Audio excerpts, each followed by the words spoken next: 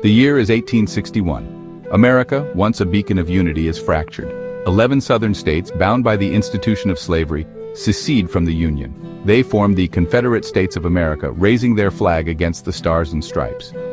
Leading the Union is President Abraham Lincoln, a man of unwavering resolve and deep moral conviction. He vows to preserve the nation no matter the cost. On the Confederate side stands General Robert E. Lee, a brilliant military strategist torn between loyalty to his nation and his home state of Virginia. He accepts command of the Confederate Army, leading his men in a fight for their way of life. The stage is set for a conflict that will test the very soul of America. Brother will fight against brother, and the land will run red with the blood of countrymen. This is the American Civil War. Like and subscribe to emgotvhistory Warfare for more stories. Tensions simmered between the North and South for decades. At the heart of the conflict was slavery. The South's economy relied on slave labor. The North demanded abolition. State rights were another contention. The South believed in state sovereignty. The North favored a strong federal government. Lincoln's election was the tipping point. His victory ignited secessionist sentiment. The Confederacy was formed. The Civil War began at Fort Sumter. Over 600,000 Americans died.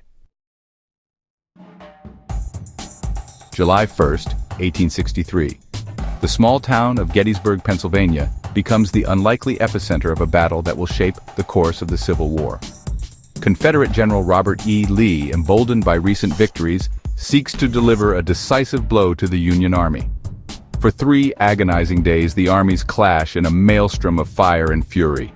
The fate of the nation hangs in the balance as Union and Confederate soldiers fight with a ferocity rarely seen in warfare. On the 3rd day, Lee orders a desperate gamble pickets charge.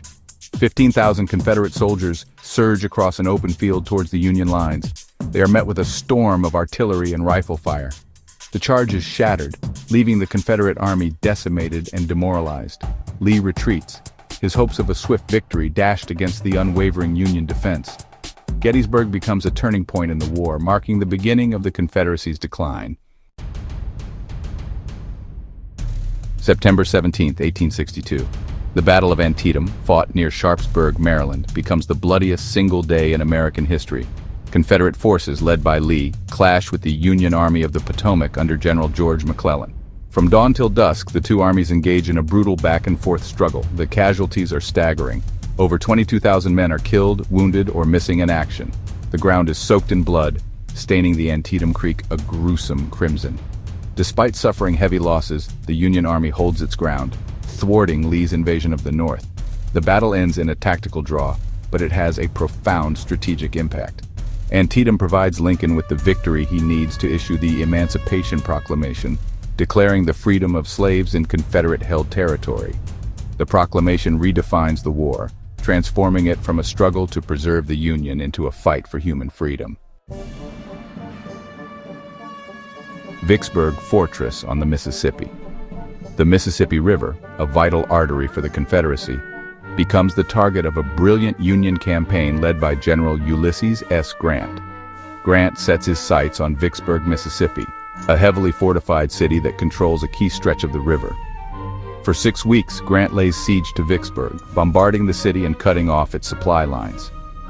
Confederate soldiers and civilians alike endure relentless shelling and dwindling supplies.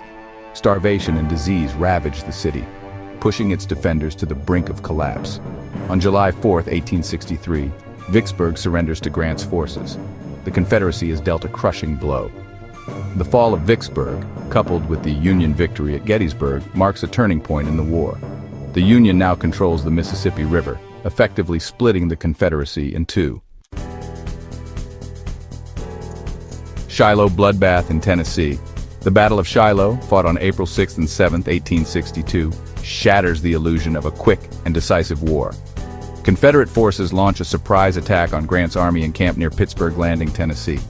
The initial Confederate assault catches the Union troops off guard. The fighting is fierce and chaotic with heavy casualties on both sides. The first day of battle ends with the Confederates holding the upper hand. However, Grant, bolstered by reinforcements, launches a counterattack on the second day.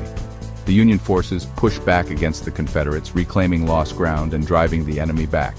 Shiloh, while a Union victory, comes at a high cost. Over 23,000 men are killed or wounded, making it the bloodiest battle in American history up to that point.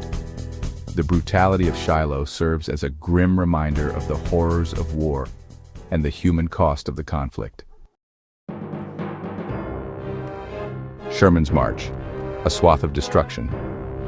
In 1864, General William Tecumseh Sherman embarks on a daring and controversial campaign that will forever alter the course of the war. His objective to cripple the Confederacy's infrastructure and morale by marching his army through the heart of Georgia. Sherman's march to the sea becomes a testament to hard war. His troops cut a 60-mile-wide swath of destruction through Georgia, burning crops, destroying railroads, and confiscating supplies. The campaign cripples the Confederacy's ability to wage war and shatters the South's will to fight. While militarily successful, Sherman's march remains a controversial chapter in American history. The destruction inflicted upon the southern landscape and the displacement of countless civilians raise questions about the morality of total war. Appomattox, the end of the rebellion.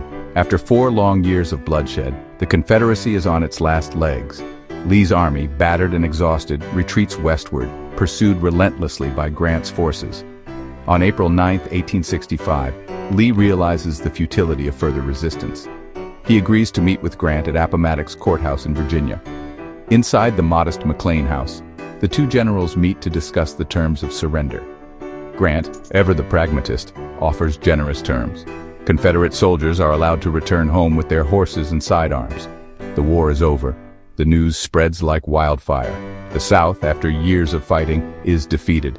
The Union is preserved. Legacy of war. A nation forged anew. The Civil War leaves an indelible mark on the nation. Over 600,000 Americans perish. The South lies in ruins, its economy shattered. Yet from the ashes rises a new era. Slavery is abolished, the Union is preserved, and Reconstruction begins. The war leaves a legacy of sacrifice and resilience. It reminds us of democracy's fragility and the ideals of liberty and equality.